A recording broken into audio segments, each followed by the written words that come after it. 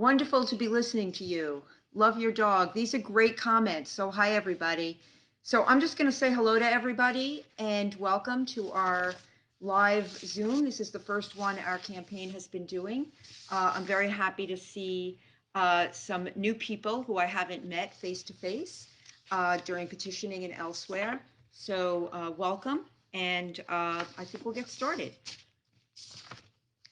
Unless there's anybody in the audience who knows how to add James, he was going to be interviewing me, so I'll have to interview myself, which I think would be pretty interesting. Okay. All right. So, hi again. My name is Maria Danzilo, and I'm City Council candidate for District 6, the Upper West Side. I'm sure many of you have seen my video, read materials, looked at our web page, met me on the street when we were petitioning and elsewhere. I'm a mother of 3. I'm a lifelong New Yorker. I'm a 40-year Upper West Side resident. I raised my family in this neighborhood. And I'm a lawyer. I worked for my entire career in the private sector. So I feel I have very deep legal and business experience. Excuse me for 1 second. Somebody happily just put in the chat that James can interview me through the phone. So I have him on my phone, and so I think we can just have him ask questions on the phone. Let me just get him back on. Great. Yeah, my apologies, everyone, for the technical issues in terms of joining directly. But hopefully this works well. I will try and speak very loudly.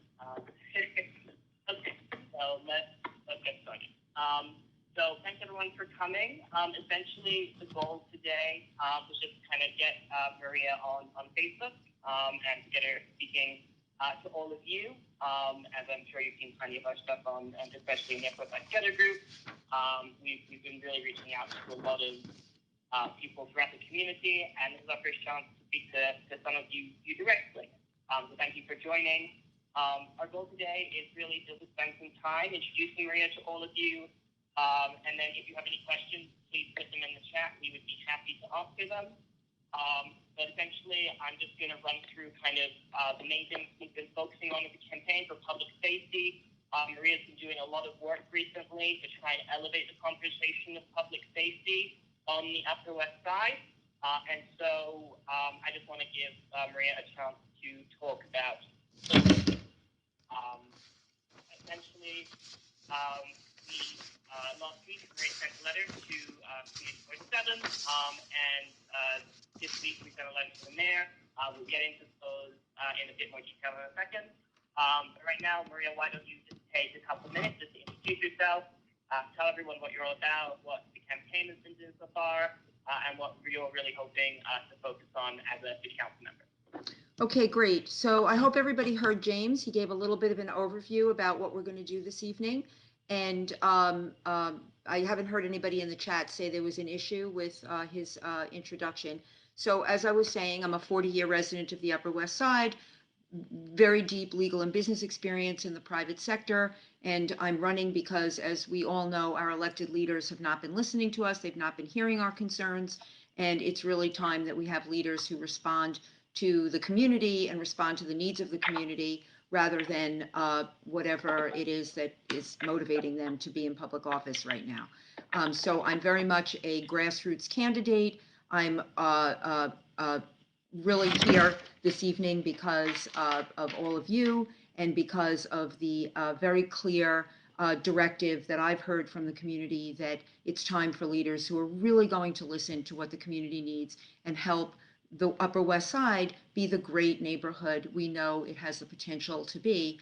And we need to work together to do that. We don't need divisiveness. We don't need politicians who use the neighborhood for their own elevations, that they really are. It's really time for leaders who are dedicated and devoted to the Upper West Side, and that's me. I really care about this neighborhood. This is my home. I'm not going anywhere. I'm here to stay and fight for our beautiful neighborhood, and I know that together we can really address and resolve all of the issues in our neighborhood. So one of the issues that has been very much in the press and very much on people's minds the last really it's been a long time that we've had this issue as a big issue, which is the feeling that our neighborhood is not the safe place that it has always been, and that people are concerned and afraid to go about their business, to walk their dog in the park, go to the bank, walk around the neighborhood in the after dark. Even taking the subway has become a major concern, an issue of people who've been serious subway riders, users their whole lives, like myself. I've never been afraid or concerned about riding the subway, and I have been lately. So these are all real issues. These are not issues that we're imagining. As we all know, there's been a significant uptick in crime in the last couple of weeks, but this is really part of a trend that's been going on for some time. So there's really two parts of this that I want to talk about, and one is street safety, and the other is our businesses. Our small business community is really suffering from a significant uptick in crime and a lack of safety, and a lack of resources devoted to addressing the safety concerns of our small business community. So those are the issues that concerned me, and for that reason, many people in the community were very concerned. I was very concerned specifically about the uptick in hate crimes. And as we know, our neighborhood has always been a target of anti-Semitic hate crimes.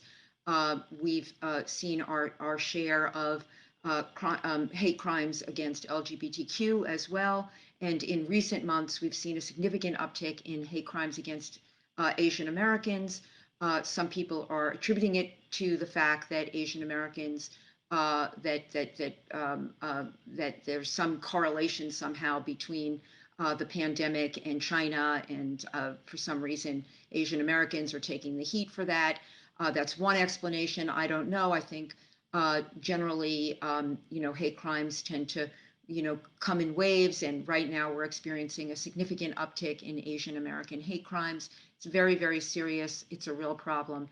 So I wrote to the community board just on March 28th, and that was just following up on a March 23rd meeting that our Community Board 7, had to talk about the uptick in hate crimes in our community. And so I posted that letter on various social media places so that people could see it and read it, and hopefully get behind what I was saying, because what this is really about here is bringing the community together to make sure that our electeds are paying attention to our concerns, and by elevating these concerns as much as possible, and amplifying our concerns as much as possible, and doing that by writing letters, posting them on social media, going to meetings. I attend every single meeting, talking to community members. I'm out and about in the neighborhood every single day, going in and out of stores, talking to people on the street. So all of that is part of having a leader that's really willing to put in the time to hear you and hear your concerns and address them and take concrete steps, not pie in the sky steps, not these are the 10 things that maybe someday we could possibly do to address this, but things that we need to do right now on a local level that are going to make a significant dent in the public safety concerns of this neighborhood. So let me just back up for a moment and say that the first order of a public servant is to provide basic safety to the people who elect that public servant. And that is just basic civics 101. There's nothing ideological about that. It's just basic civics 101. And that's your job. Your job is to take the safety of people in your neighborhood seriously, and to make sure that you're hearing them when they have issues.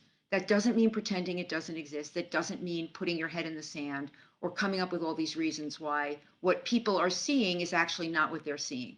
I actually think that's called gaslighting. So that's not what this is.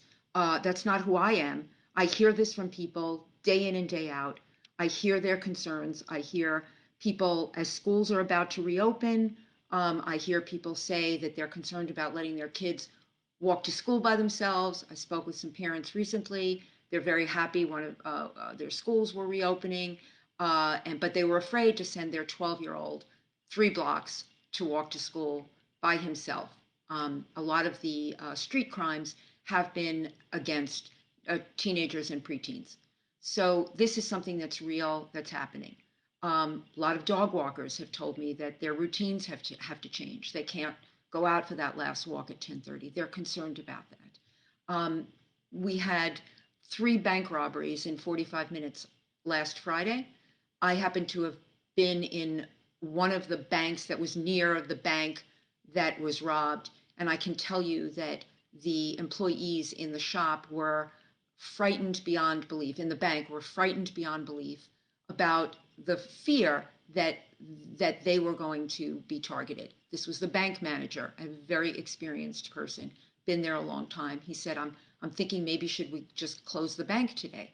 So I happened to be there speaking with him about something else, and we started chatting. Shortly thereafter, the police showed up to give a description of the bank robber and to talk them through some safety steps that they can take and what to do, calling 911, etc. So it was overall a very concerning day on Friday when this happened.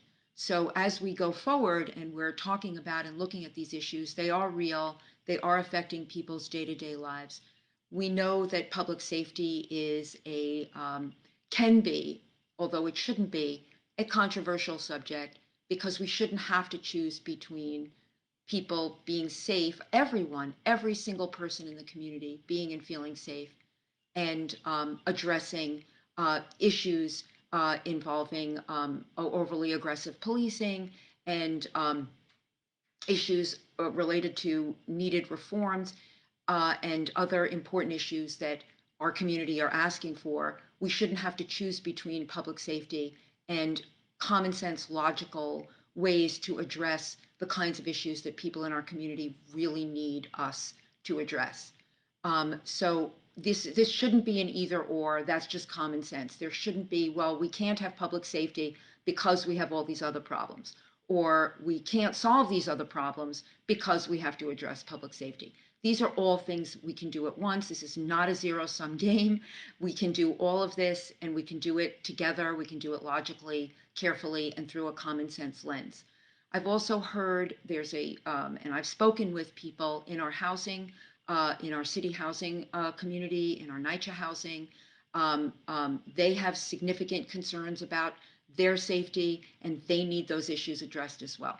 They have issues with security cameras that are broken and don't get fixed. They have issues with a lack of on-the-ground police presence, which they want. They're asking for it. They want more of it.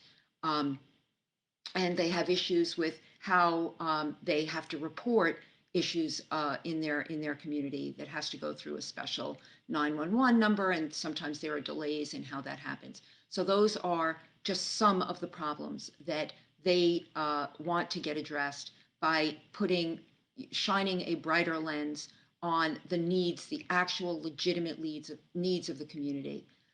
So those are the kinds of things we really want to address. And one of the reasons why I have decided to take this on right now. I wrote to the community board. I got a perfectly timely response from the chair of the community board, but it was not responsive to the suggestions I made. He said they would take them into consideration. That was 10 days ago. I haven't heard anything since then. I did attend a community board meeting last night to follow up, and did ask some questions about what concrete steps they were taking, but I will continue to push our community board to actually do some of the things that I've asked them to do. So just going through that list, just in case anybody didn't read it, I'll just say very briefly that I was, this is specifically about anti-Asian hate crime, that we really want the HHS committee, which is the Health and Human Services Committee. They adopt resolutions on the community board. It's a good way to elevate a particular issue.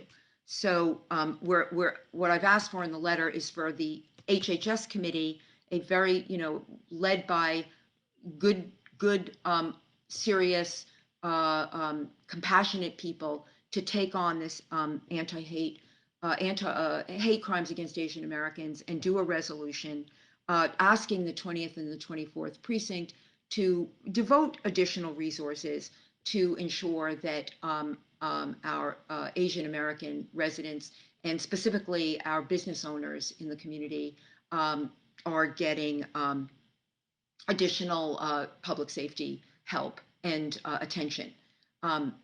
I know that there are other businesses in the community that need help. For example, our pharmacies. Apparently, and this came up at the community board meeting last night as well, our pharmacies are a big target for crime, and that's another thing that we need our public safety dollars to be devoted to.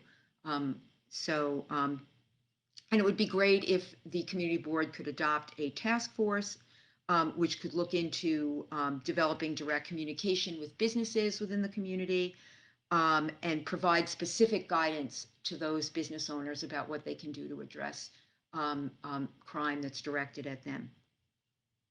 I also asked them to support calls for the NYPD to fully fund hate crime units so that we have police officers that are dedicated to addressing hate crime in our community.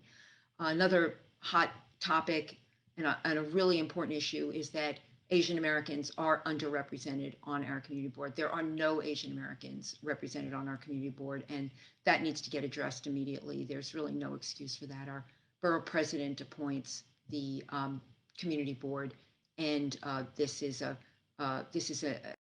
oversight at best, and we really need to get it addressed right away.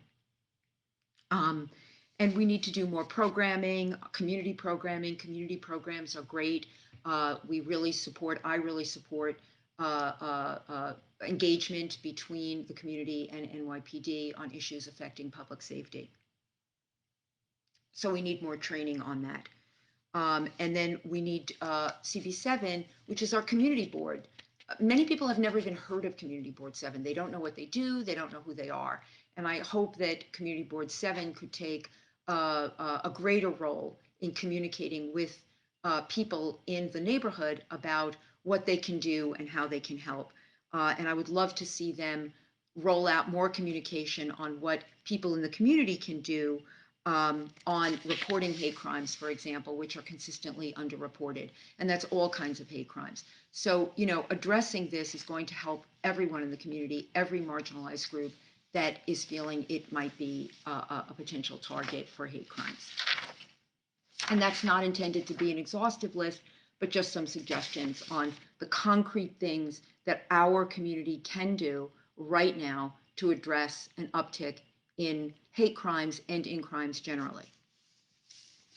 And then going to the second letter, I wrote when I didn't get anywhere with the community board other than a acknowledgement of my letter, I wrote to the mayor, Corey Johnson, and public advocate Jimani Williams. And as of today, I've only heard back from Corey Johnson's office, who said, from a liaison, who said, thank you for your letter, we'll get back to you.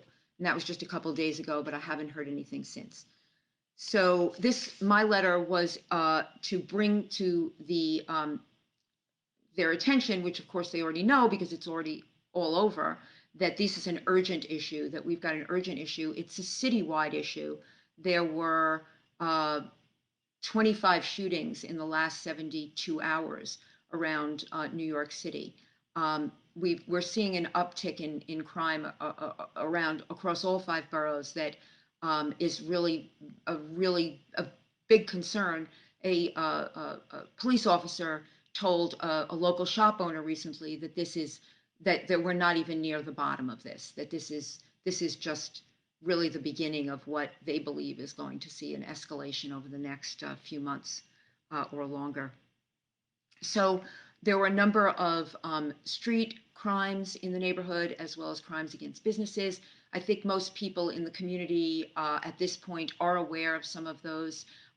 They have been reported fairly widely, so I certainly don't need to go into any detail. I will say that one of the most terrifying was a 17-year-old girl who was working in her mother's shop on Saturday morning, just a couple days ago at 11 o'clock in the morning. Her mother dropped her off so that she could open the shop, and a few minutes later, someone tried to rob the store, shoved her into a closet area, and then told her he was going to kill her if she didn't tell him where the money was. Of course, they don't have any cash in this shop. They only use credit cards. It was terrifying. Fortunately, a shopper came in and disrupted this robbery, and the girl was not physically harmed. However, I did speak with the store owner, and her daughter is very, very traumatized by the incident and is not willing to go back to the store. I was there the day after, and then I went again yesterday, and she said no one has reached out to them other than NYPD 20th detectives. She did not hear from any electeds in the neighborhood, not even a phone call, nothing. And this is, as a mother of two 19-year-olds, I can't imagine how scary it was for her. And I can tell you that we were so emotional about this terrifying incident involving a 17-year-old girl who could have been killed if it wasn't for the heroic intervention of somebody in the neighborhood. It was really terrifying to hear it, and as a mother who's my own daughter had been nearby for a couple of very serious guns, the shooting near St. John the Divine, as well as another incident. It's very terrifying when it happens when it's your child. And there were some other incidents last week, which I won't go into, but involving guns and a stabbing. So these are all, serious things that are happening. We have to talk about them. We are not talking about them to make people afraid or to bring an issue up that isn't relevant, but really because we want to find concrete solutions that we can implement right now that's going to address everybody's concerns about public safety right now. So I wrote to the mayor, and again, I asked for very specific things that we need to do and we need to take on. For example, we have a real problem with guns. 25 shootings in 72 hours. And I spoke with a tenant representative from one of our NYCHA neighbors, and she herself had witnessed a shooting recently that really traumatized her. And so, guns are a real problem. And even though some of the crimes we've heard about in the last couple of weeks involved knives and not guns, guns have been threatened in a couple of incidents, including the bank robbery. So we've got a gun problem in our neighborhood. And so we have to get the police to establish, we have to get the city to establish and fund a gun removal unit tasked with removing guns from our streets. I mean, this is just basic common sense. Not to have a gun removal unit because they just don't want to spend the money on it isn't common sense. So we need to remove guns from the streets. We just need to do that. We need some strategies about dealing with gun and gang violence. What are we doing to address the, systemic underlying issues that are causing these problems. We're not doing anything, so we need to do that. We need a community outreach program to ascertain which areas of our community are most affected by this. And let's make sure we get some more public safety dollars devoted to those areas of the community that are experiencing the greatest increase in gun and gang violence.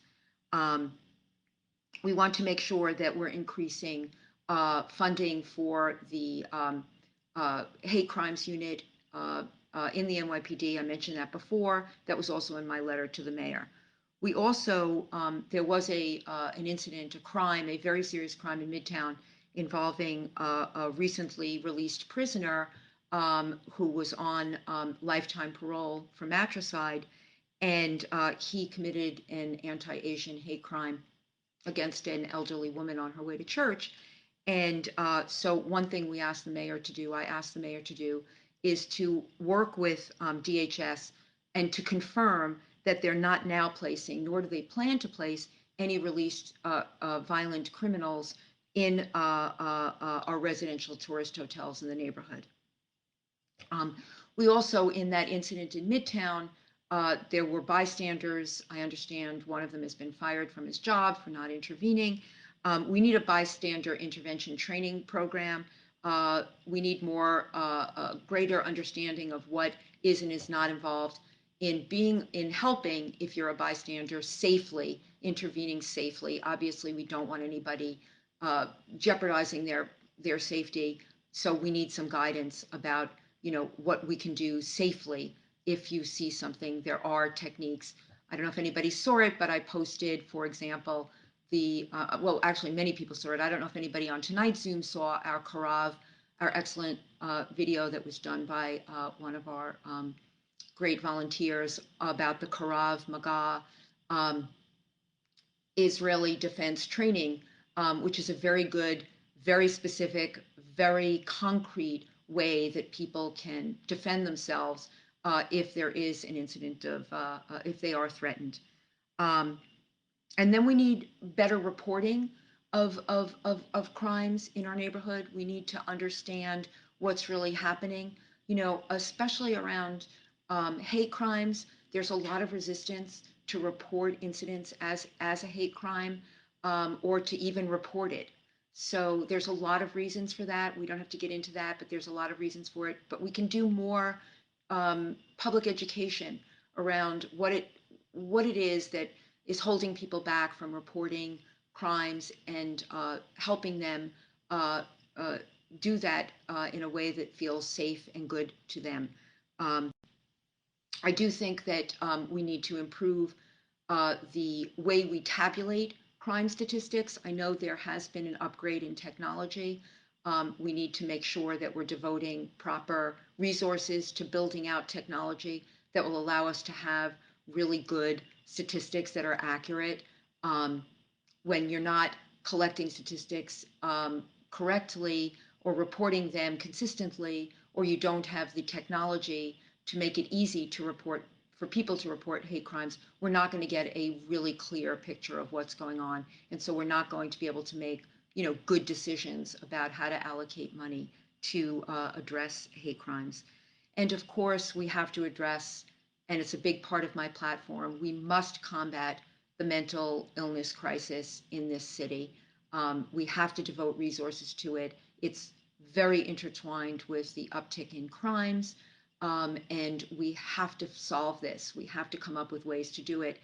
I do want to say I spoke with someone recently who was at Bellevue Hospital, and he mentioned how severely underfunded they were, and how even 10 or 15 million dollars would have helped them significantly in expanding access to mental health intervention. Yet the city devoted $850 million to Thrive NYC, money that was unaccounted for, that was supposed to be to combat the mental health crisis, and has not shown any concrete results. And the money it's unclear how it was spent. But there are ways that we can spend money that will actually get us results. We can be funding programs that will help people when they're in mental health crisis. families who have someone in their family who might be a danger to themselves or to others don't have the tools to address what to do. They don't know what to do.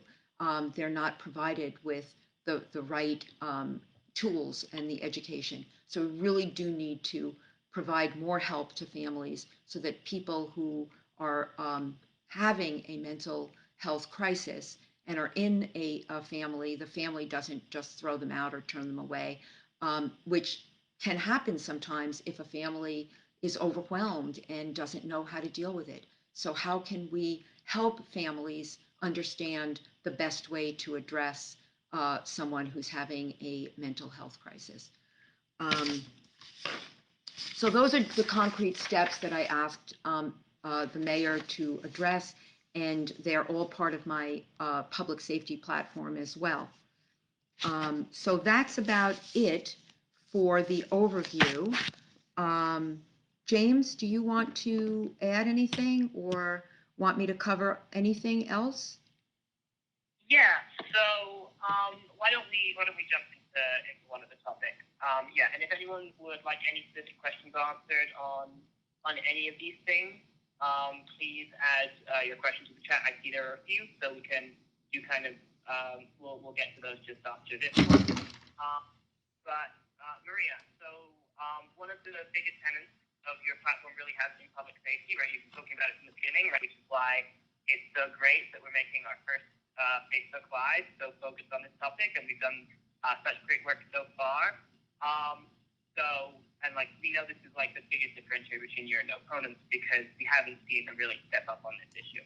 I know you kind of already touched on this, but why don't you take a second to kind of talk through like what your public safety plan is and what you think is the most important thing to really tackle on day one and to make sure we deal with. Sure. So if anybody didn't hear the question, James is asking me if I am elected to city council, what do I plan to do from day one? So going back to the common sense lens that we want to apply to everything that we take on, that I take on, I would say the first thing I would want to do is address how we're looking at the city council budgeting process and how we're allocating money so that the agencies that need to address public safety are fully funded. As everybody knows, I'm not a supporter of defund the police. I believe that our police need to be fully funded, and I think public safety needs to be fully funded. And within that, we have to address legitimate concerns and the need for reform. We support community collaboratives. That's all detailed in my public safety platform. We support many of the reforms that are underway. We believe in them and they're needed and they're important. At the same time, taking away public safety dollars is not a common sense thing to do. We need to have, this is a city.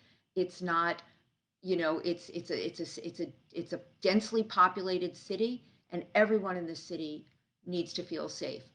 We also have to remember that our police force is the most diverse police force in the country. These are important, good union jobs, and we want to make sure that our police officers, people who choose to go into public safety as a career, many people in our city, from all over the city, from all communities, view this as a good, solid job.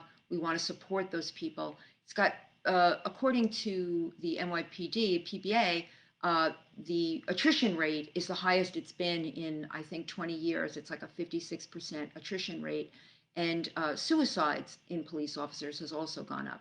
So this is part of the overall anti-police rhetoric that's really undermined the confidence of our police force. So I think one of the first things I would want to do as a sitting city council member would be to bring common sense back to how we're looking at public safety and to try to talk to people and work through the concerns, the legitimate concerns communities have around policing, and work with and have everybody work together to try to find solutions that work with everyone. And as I said before, I don't think we have to choose between providing good public safety and addressing needed reforms. These are not, it's, as I said before, it's not a zero-sum game.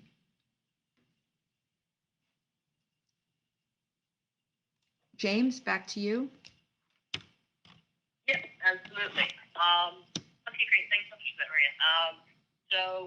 Just one other question I wanted us to get to, just to make sure you had a chance to talk about this, was really kind of focusing on some of the stuff you talked about earlier in terms of small businesses and public safety. One of the things that you've been really focused on is just kind of explaining how public safety has kind of is ingrained in every part of what happens here on the FRS side, right? Making sure people feel safe, they can go to work. And I know you spend a lot of time talking to small business owners. As you mentioned, right, we're getting together a video on this specific issue. So do you want to just take a second just to kind of like highlight your experiences in kind of like meeting with local business owners, and just kind of like how you've heard the concerns on public safety, and what solutions you see as the best way to help support them, especially as we're coming out of COVID, and make sure they can reopen safely, making sure their workers are feeling safe, and just kind of making sure we can move forward and try and get them back to the place where they were before COVID. Okay, all right. So I hope everybody heard that. Just talk about my conversations with our small business community and what we can do to support them, what City Council can do to support small business owners as they as we all start to recover from the pandemic. I do want to say that, public safety and small businesses, these are, intertwined, symbiotic issues that, our small business owners and workers in those shops do not feel safe working in those stores if the streets are not safe, and people aren't willing to go out and shop if they don't feel safe. So it's really very intertwined, these two issues. And I am out and about talking to small business owners. I did notice yesterday a shop that I go to fairly regularly had a sign up saying they were closed because they couldn't get anybody to work that day. Had never seen that before in the neighborhood. So I plan to go back and find out, what happened. Was it a concern about safety, or were there other reasons? So I think that we need to listen to our small business owners. We need to talk to them. I do speak with the BID, that's the Business Improvement District people, and other business leaders in the community to hear what they need. I know that scaffolding is an issue in the neighborhood. I think we need to take on scaffolding, really address it. I know there's Building Law 11, which is a real issue, but I know many of our small business owners are concerned about how scaffolding impacts their ability to, it makes for shoppers, it hurts shop owners. It hurts shopping. It, presents a more, a less inviting environment for shopping. And so the scaffolding is a real problem in the neighborhood. I think if we are going to recover, as we recover from the pandemic, if we are going to recover and thrive, we've got to support our small business owners. So my small business platform, I just want to get into the taxes as an issue. It's a big issue. This is one of those subjects, again, that no one wants to talk about. It's kind of like there's various subjects that it's hard to get people to engage on, and one of them is taxes. And our small business owners are overtaxed. I'm in favor of reducing taxes for small business owners. I think they bear an inordinate burden in our tax structure, and I'm in favor of reducing taxes, reducing regulation. The regulatory environment is really painful for them, and eliminating all the layers of unnecessary fines. I'd like us to welcome our small business owners as an integral part of what makes for a safe city and what makes for a vibrant city. And so we need them and we need to support them and we need to not view them anymore as the enemy of New York. They are our lifeblood, and so we need to treat them with the respect they deserve.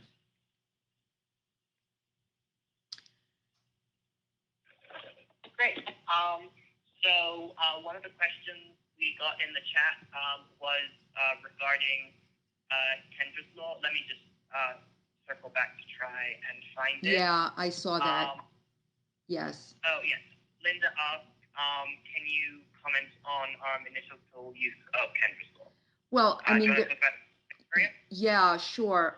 So Kendra's law is underutilized right now, and I know that many people are calling for the greater enforcement of Kendra's law, which would help alleviate some of the issues that we're having with mentally ill who are not getting the help that they need. So I'm in favor of utilizing Kendra's law fairly and appropriately when needed, and so I'm hoping that becomes a more of an issue that gets greater. I'm glad somebody brought that question up. We do need more. We need to elevate Kendra's law and make it something that we support. It's always troubling that we have these tools that will help us, but they're underutilized. So I am in favor of using Kendra's law more. Great. Someone else asked what your position on commercial rent control is. Commercial rent control. Okay, so I'm not. I don't think commercial rent control will help our small businesses recover, and I don't think they'll help us come out of this pandemic with a stronger economy. So I'm not in favor of commercial rent regulation. We have many of our affordable housing providers in the neighborhood are small property owners. These are not real estate developers. These are small family, third and fourth generation, second generation. Many immigrants are small property owners, and they are often the landlords for these small stores. And so they are also struggling very much. And some of them have already left. They've sold their buildings at a loss. They just can't do it anymore. So I think commercial rent control may sound like an easy solution. Oh, I know, let's just make it cheaper for the small businesses to have their shop by making it, by regulating their rent, but it is not an economically sound, holistic approach. It's fixing one problem by causing another one. And I never find those solutions to work. They're not common sense solutions. And so I'm against commercial rent regulation. Great. So I think it's been 45 minutes. So, and we don't seem to have any more questions. But thank you so much, everyone, for joining. I think it's a great conversation, a great chance for Maria to get her ideas out there. If anyone's interested in helping us out, the website is mariadanzilo.com. I can't actually post a link in the comment section, but always feel free to follow Maria, and we can send some. We'll be posting the link on Maria's page, which is Maria Danzilo. Maria Danzilo for City Council District 6, or upwestside.mariadanzilo.com on Facebook. Maria, is there anything else you'd like to say just to thank Yeah, everyone? I'm just quickly looking through the chat questions. If we didn't answer anything, I'm happy. Many of you have my cell phone number, and if not, just send us an email. I'm happy to talk to anyone at any time on any issue. So feel free to reach out if we didn't get to your question. I just want to say scaffolding looks like it came up a couple of times, and we are definitely I've done quite a bit of research on scaffolding and what's leading to this scaffolding problem. I know that we've got scaffolding running rampant in our NYCHA housing. I have heard this before, that the scaffolding blocks the security cameras and makes the lobbies inaccessible. Um, um, um, I'm sorry, making the lobbies accessible for the homeless to sleep in. They serve no purpose. That's a great point, and we really need to address this scaffolding. And there is that concern that scaffolding does serve a safety function because of bricks. We all know that, and we live in an older city, and so we need the scaffolding for safety reasons. But we need to again have some rational approaches to this. If work has to be done, there should be limits on how long it will take to get the work done. And if not, I am in favor of more rigorous enforcement of our scaffolding laws. They need to be enforced. That they just do. And if there needs to be strict provisions on how long scaffolding can stay up, and the work has to get inspected in a timely manner. We certainly have a big payroll in the city. This is a big government. It's gotten much bigger in the last 8 years. It's huge. And so there's plenty of people who can go and inspect this scaffolding and work with the building owners to take that scaffolding down when it's been fully inspected and it is safe to do so. So we need to have a plan to enforce existing scaffolding laws and require buildings to take the scaffolding down after the statutory period and after the scaffolding has been investigated and after the building work has been done to confirm that it was done safely and the building is now safe for the scaffolding to be removed. At that point, scaffolding should be removed. I have heard there are neighborhoods, there's scaffolding in just there's one just a couple blocks away from me here that apparently has been up for 10 years. So that's kind of like, yeah, what's going on with that? 10 years of one scaffolding. So would really like to get to the bottom of that.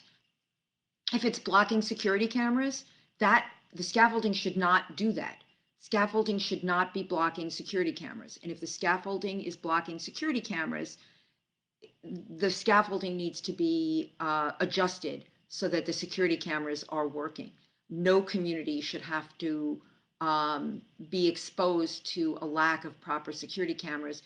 And some of these buildings don't have the doormen. They don't have the equivalent of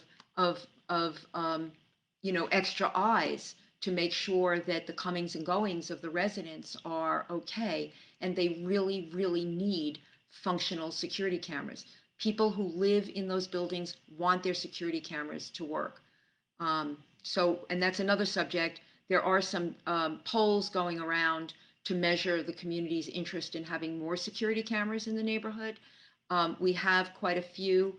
I did speak with some people up in Morningside this morning. I had some errands to run, and there was they were telling me that they feel much safer in the area around Columbia University in particular because of the so many security cameras, and they just feel safer walking up and down that area. So that's something we need to look at. I know by the museums, by the American Museum of Natural History, New York Historical Society, we have quite a few security cameras. It would be good to do a kind of an audit and see where they are and have community input about where we could benefit from additional security cameras. I know people living along Riverside up in the 90s and down in the 60s would love to see more security cameras, especially because of the rampant car break-ins. So, security cameras can be a real deterrent to, especially if they're high enough up that they can't be tampered with. They can be a real deterrent to crime. And on that score, let me just say that I do think that community engagement on issues of public safety are also a very good deterrent. I think if people, know and feel that we've got each other's backs here, that we're in this together and we're looking out for each other, I think that's a really good deterrent to crime. And that's another reason why, I love the idea of more community engagement with NYPD 20th and 24th, more talking, more communication, and more speaking to each other about, how we can help each other and how we can actually truly have each other's backs. So I'm so grateful for everybody for coming tonight. I really look forward to talking with you again. And if anybody, we really would love you to join the campaign. We welcome more volunteers. We have a lot of fun together, and we're in this together. I hear you, Upper West Side. So I'm here for everyone, and we have 90 days to go. I really want to help this community. I'm really committed to staying here and working with you and always hearing you. I really hope that you'll commit to get out and vote, help with the campaign. People who've been helping me, you guys are just the best and the greatest. And I just am so, I just think you're all great and love you all. So we'll talk again soon. Okay. Bye.